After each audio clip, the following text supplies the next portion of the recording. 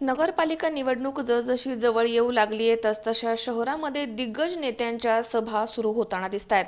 प्रचाराच्या आघाडीच्या शुभारंभ प्रसंगी माजी मुख्यमंत्री अशोक चव्हाण यांची जोरदार सभा झाली होती।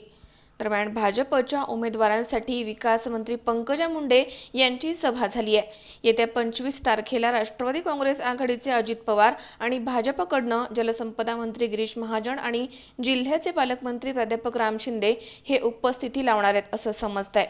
असं असलं तरी हे येणारे दिग्गज कोणत्या विषयावरती बोलतात आणि कोणाला टार्गेट करतात हे पाहण्यासाठी श्रीगोंदाकर उत्सुक आहेत।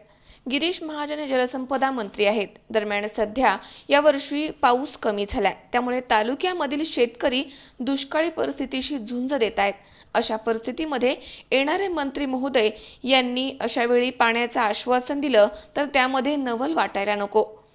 तर माजी मुख्यमंत्री अजित पवार हे सरकारवरती कोणती तोफ डाकतात की फक्त तालुक्यामधील काही मंडळींवरती बोलतात हे श्रीगोंदेकरांना आता पाहायला मिळणार आहे। मात्र एकमेकांवरती चिखलफेक करण्यापेक्षा विकासाच्या मुद्द्यावरती कोण बोलणार याचीच उत्सुकता श्रीगोंदेकरांमध्ये पाहायला मिळते।